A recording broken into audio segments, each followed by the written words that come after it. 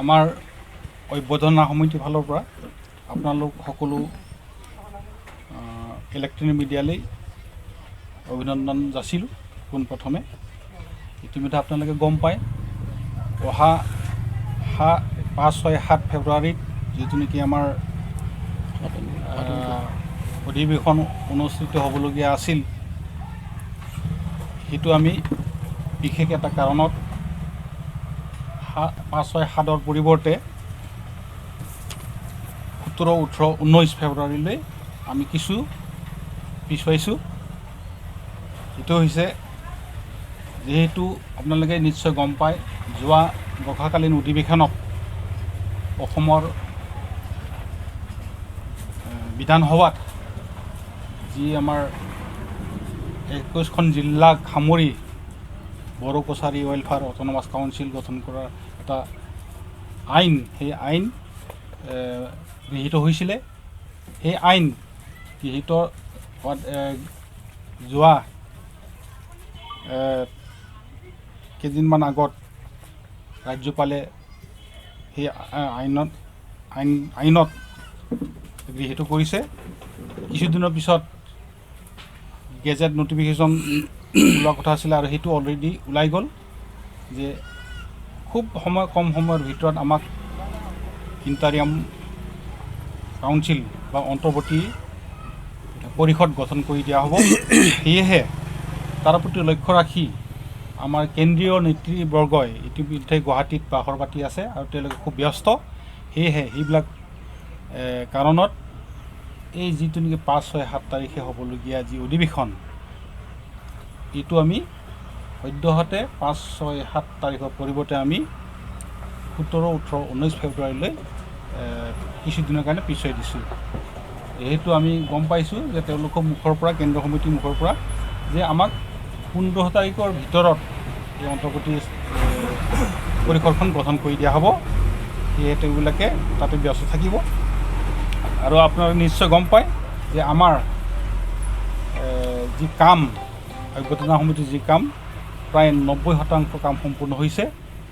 ধৰক মূল তোৰণ প্ৰায় 100% সম্পূৰ্ণ, এক্সিবিশ্যনৰ প্ৰায় 90% সম্পূৰ্ণ, মেইন পেণ্ডেল 90% সম্পূৰ্ণ, ষ্টেজ প্ৰায় 90% সম্পূৰ্ণ, অতিথিশালা প্ৰায় 80% সম্পূৰ্ণ, অভ্যৰ্থনা ধৰক প্ৰতিনিধি শিবিৰ প্ৰায় 90% সম্পূৰ্ণ, প্ৰতিনিধি ভোজনালয় ধৰক 100% সম্পূৰ্ণ, ইফালে ধৰক প্ৰতিনিধি সভাৰ স্থলী 90% সম্পূৰ্ণ, শৌচালয় 90% সম্পূৰ্ণ আৰু এক্সিবিশ্যন কাম মাৰ্কেট প্ৰায় 80% সম্পূৰ্ণ। গতিকে আমি অতি আগ্ৰহেৰে বাট চাই আছোঁ যে এই যে আমি আৰু 10 দিন সময় পালোঁ, এই 10 দিনৰ ভিতৰত আমাৰ সম্পূৰ্ণ কাম সম্পূৰ্ণ হ'ব, কমপ্লিট হ'ব। সেয়েহে আমি আশা কৰোঁ যে এই 10 দিন আমি সময় পোৱাত যিখিনি আমাৰ যি থাকি যোৱা কাম, সেই কামখিনি আমি সম্পূৰ্ণ কৰিব পাৰিম। আৰু আমি আপোনালোকৰ প্ৰিণ্ট মিডিয়া দি বা প্ৰেছ মিডিয়া দি আপোনালোকৰ যোগেদি আমি ৰাইজক অনুৰোধ কৰিছোঁ যে যিহেতু আমাৰ 5, 6, 7 তাৰিখে হ'বলগীয়া আছিলে, যি অধিৱেশন হ'বলগীয়া আছিলে, সেইটো অধিৱেশন আমি পিছুৱাই নিয়াৰ কাৰণে যেন ৰাইজে আমাক ক্ষমা কৰে। আৰু এই অনাগত দিনবিলাকত যি আমি 10 দিন পাইছোঁ, সেই 10 দিনত তেওঁলোকে আৰু যেনেকৈ আমাক সহযোগিতা কৰি আছে, যে এই 10 দিনত আৰু যেন সহযোগিতা কৰে, তাৰ কাৰণে আমি ৰাইজক আপোনালোকৰ যোগেদি অনুৰোধ জনাইছোঁ। আজিৰ সংবাদমেলত উপস্থিত থকা আমাৰ সকলো ইলেক্ট্ৰনিক মিডিয়া আৰু প্ৰিণ্ট মিডিয়া বন্ধুলৈ মই আন্তৰিক অভিনন্দন জনাইছোঁ।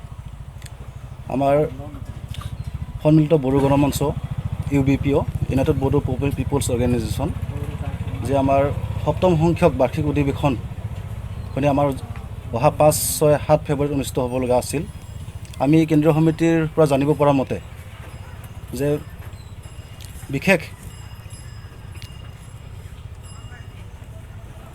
বিশেষকৈ আমাৰ যি Bodo Kachari welfare autonomous council চৰকাৰে যোৱা অধিৱেশনত বিল পাছ হৈছিল। সেই মৰ্মে আমাৰ এই বড়ো কছাৰী ৱেলফেয়াৰ অট'নমাছ কাউন্সিলখন গঠন কৰি দিয়াৰ উদ্দেশ্যে প্ৰায় অফিচিয়েলি কামসমূহ প্ৰায় আগবাঢ়িছে বুলি আমি জানিব পাৰিছোঁ। গতিকে আমাৰ এই অধিৱেশনখনৰ আগমুহূৰ্তত এই অন্তৰ্বৰ্তীকালীন পৰিষদখন গঠন কৰাৰ লক্ষ্যৰে এই যি আমাৰ 5, 6, 7 ফেব্ৰুৱাৰীত অনুষ্ঠিত হ'ব লগা আছিল, তাৰ পৰিৱৰ্তে ফেব্ৰুৱাৰী মাহৰ 17, 18, 19 এই 3 দিনীয়া কাৰ্যসূচীত তাৰিখ নিৰ্ধাৰণ কৰা হৈছে। আৰু সেই 17, 18, 19 এই 3 দিনীয়া কাৰ্যসূচীতে আমি জানিব পৰা মতে আমাৰ অসমৰ মুখ্যমন্ত্ৰী আৰু শিক্ষা স্বাস্থ্য গড়কাপ্তানি মন্ত্ৰী ডক্টৰ হিমন্ত বিশ্ব শৰ্মা তেখেত উপস্থিত থাকিব বুলি আমি জানিব পাৰিছোঁ। গতিকে সেই সময়তে আমাৰ এই অন্তৰ্বৰ্তীকালীন পৰিষদখনো ঘোষণা কৰিব বুলি আমি কেন্দ্ৰীয় সমিতিৰ পৰা আমি জানিব পৰা গৈছে। গতিকে আমাৰ এই যি 7ম সংখ্যক বাৰ্ষিক অধিৱেশনখন অহা 5, 6 তাৰিখত হ'ব লগা আছিল, সেইকাৰণে যদিও আমাৰ অভ্যৰ্থনা সমিতিয়ে আমি আমাৰ কাম কাজসমূহ শাখা সমিতিৰ কাম কাজসমূহ আমি প্ৰায় 90% বৰ্তমান আমাৰ সম্পূৰ্ণ হৈ উঠিল।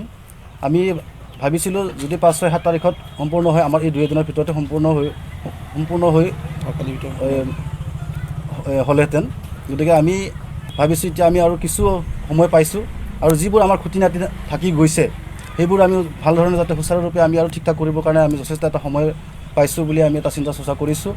গতিকে আমি ৰাইজক অনুৰোধ জনাব বিচাৰিছোঁ যাতে আপোনালোকে যাতে কোনো ভুল নবুজি আমাৰ এই যি আগন্তুক 17, 18, 19 তাৰিখত হ'বলৈ গৈ আছে আমাৰ অধিৱেশনখন, যাতে সকলো ৰাইজৰ দিহা পৰামৰ্শৰ যোগেদি আৰু সহায় সহযোগিতা যাতে আমি আপোনালোকৰ কামনা কৰিছোঁ, আৰু অনুষ্ঠানটো যাতে আমাৰ সুচাৰুৰূপে চলি যাব তাৰ বাবে আশা ৰাখিছোঁ।